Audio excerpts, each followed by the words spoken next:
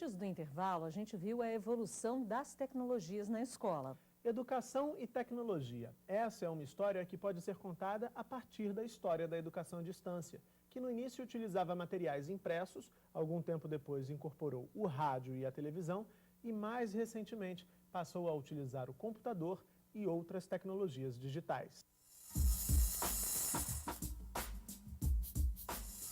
A evolução da tecnologia educacional é algo de alguns séculos.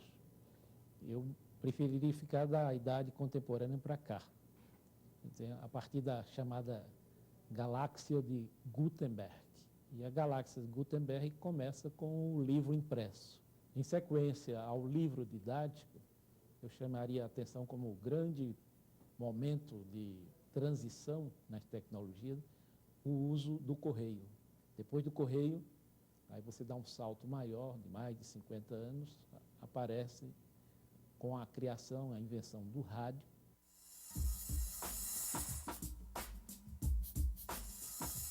Depois vem a televisão, esta sim se prestou muito melhor, inclusive no caso do Brasil, curiosamente, mais do que o rádio.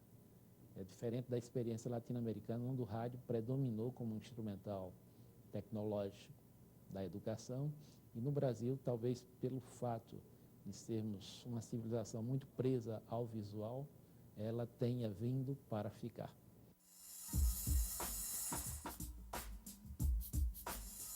Cresceu assustadoramente a importância da educação à distância com as TICs, principalmente com o uso da rede internacional, genericamente chamando aqui de internet. A internet, portanto, se constitui hoje para o sistema educacional um instrumental, eu diria, indispensável.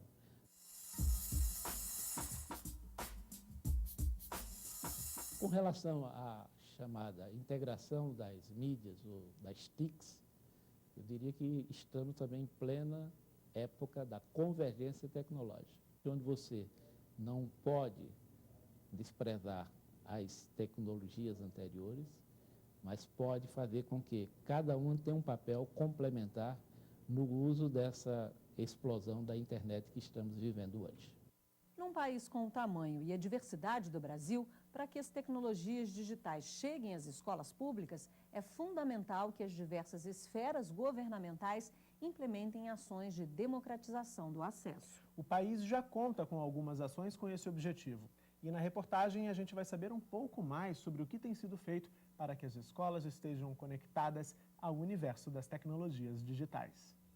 Para promover o uso pedagógico das tecnologias digitais, o Brasil conta com uma ação governamental, o PROINFO, o Programa Nacional de Tecnologia Educacional, criado em 1997. Além de equipar as escolas com tecnologias da informação, o programa também atua na formação de educadores para o uso dessas tecnologias. É o PROINFO integrado. O que compõe, então, o PROINFO integrado? Primeiro, a distribuição de computadores. Segundo, o processo de banda larga nas escolas. Então, você dá acesso à tecnologia por meio da internet. Terceiro momento é a formação dos professores. Mas professores em sala de aula, não professores técnicos. Não é isso que o PROINFO visa formar. Ele não tem como intenção essa formação de professores técnicos atuantes em sala de aula, e sim professores atuantes em sala de aula nas suas diversas disciplinas, que consigam utilizar o potencial da tecnologia para favorecer o processo de ensino-aprendizagem da sua disciplina. No PROINFO integrado, a formação para o uso pedagógico das tecnologias visa o trabalho por projetos.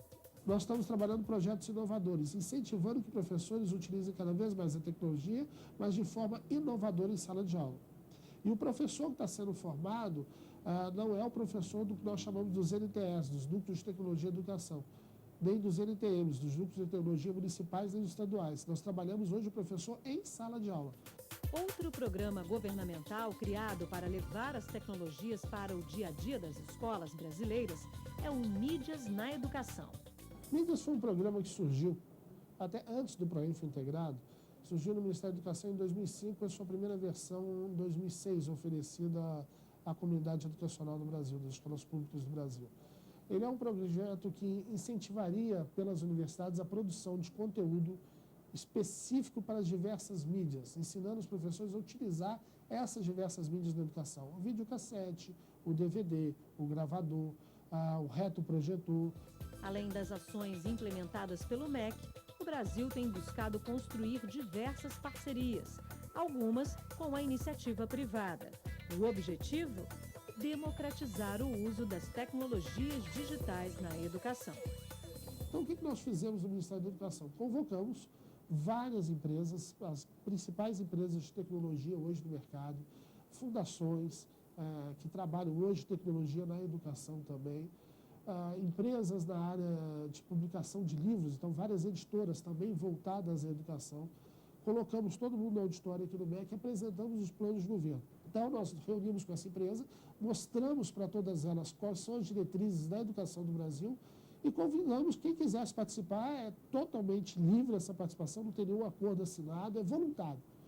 E 100% das empresas aderiram a esse processo. A nossa ideia é trabalhar junto com o Ministério da Educação para permitir que o Ministério incorpore algumas dessas ferramentas nos laboratórios das escolas. Então, são ferramentas para design, criação para internet, vídeo, são ferramentas gráficas extremamente profissionais, né, que todo o mercado utiliza.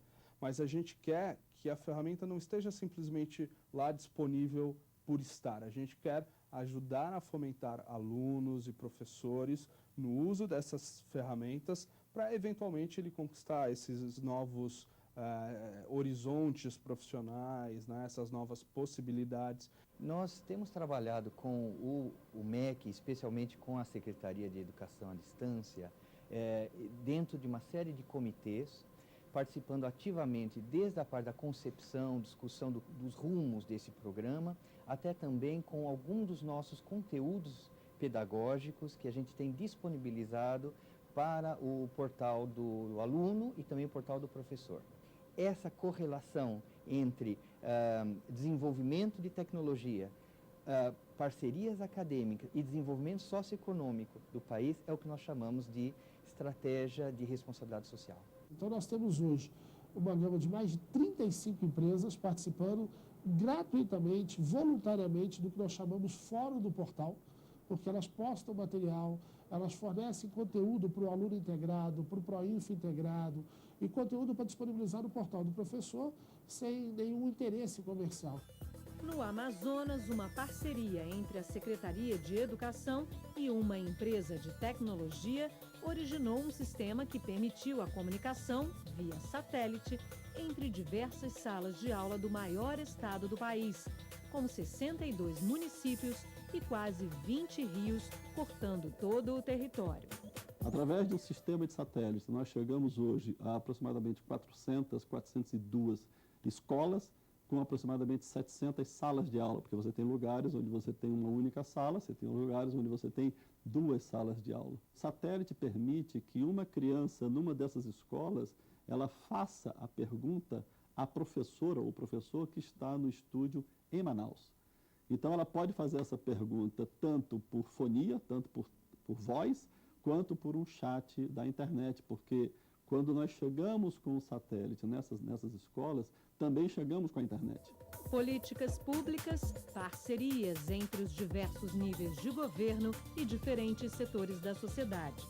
No início do 3º milênio, não há como negar a importância e a força das tecnologias digitais na educação. Em momento algum, essa tecnologia é inimiga da escola ou ela pode causar qualquer problema para o professor. Alguns professores têm receio desse uso, mas isso é desnecessário. A tecnologia ela vem potencializar o trabalho do professor e não o contrário, como algumas pessoas pensam.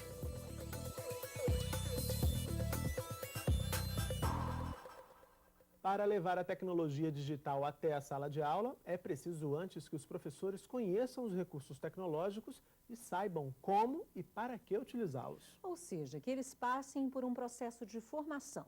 Esse é o assunto da entrevista que a gente vai ver agora.